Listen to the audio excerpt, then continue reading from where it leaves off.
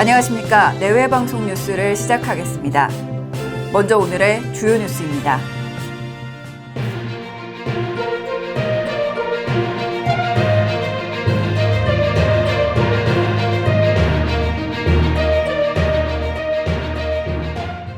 재계대표 회의의 반대에도 불구하고 경제 3법이 본회의를 통과하면서 기업들은 비상이 걸렸습니다.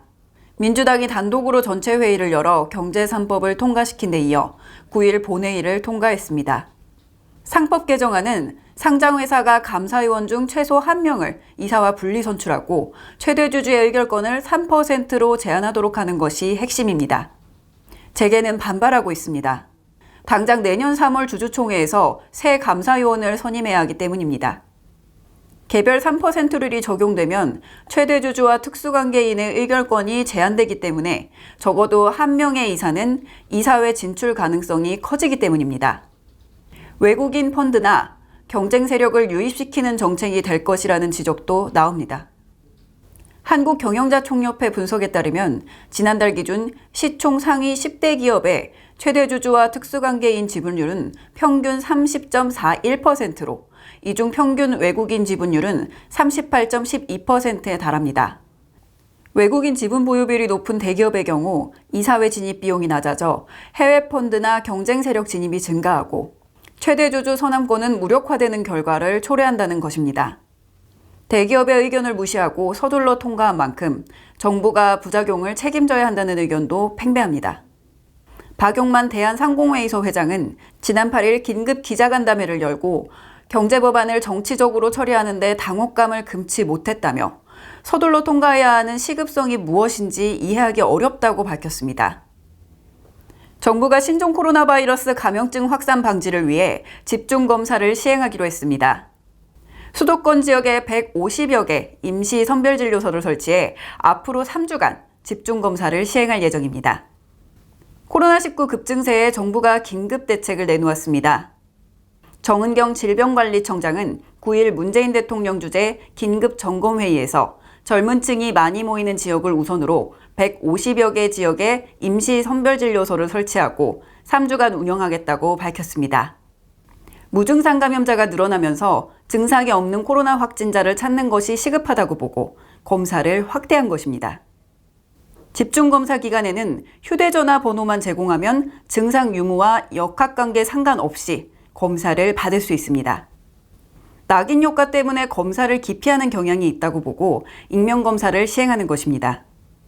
또한 지금까지 코 속에 있는 검체를 채취하는 방식과 달리 입속 침만으로 검사를 하는 방식과 결과를 빠르게 할 수 있는 신속 항원 검사도 도입됩니다.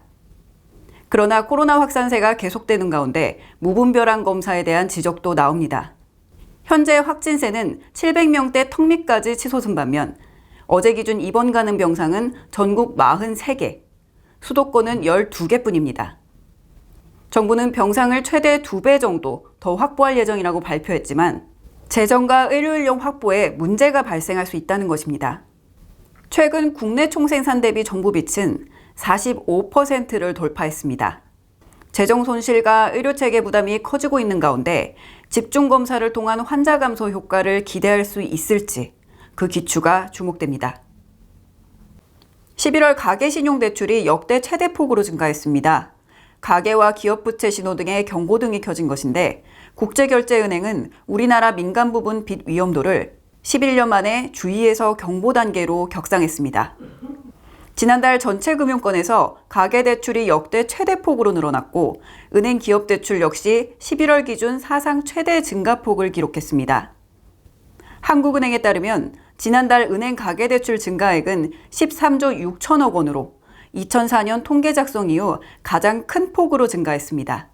기타 대출은 규제 시행 전 자금 확보 움직임이 가세하면서 한 달 전에 2배 가까운 7조 4천억 원이 증가했습니다. 역시 역대 최대폭입니다.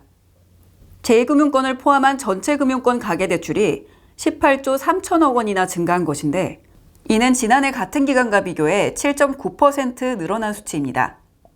한국은행은 정부가 11월 30일 새 신용대출 규제를 시행하면서 미리 대출을 받아두려는 수요가 증가한 것으로 예측했습니다. 규제가 오히려 가수요를 불러왔다는 분석이 나온 것인데요. 전문가들은 부채가 지속적으로 확대될 경우 향후 코로나19 위기 종료와 더불어 미국 기준금리가 상승하면 경제의 나비 효과로 돌아올 것이라고 경고하고 있습니다. 한편 GDP 대비 민간 신용대출 증가 추세를 보여주는 부채위험 평가지표 BIS는 최근 위험도를 주의에서 경보로 격상했습니다. 이는 1990년 외환위기와 글로벌 금융위기 이후 처음입니다.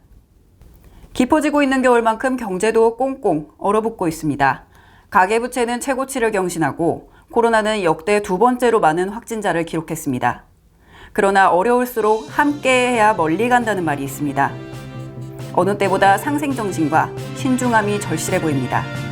뉴스 마치겠습니다. 시청해주신 여러분 고맙습니다.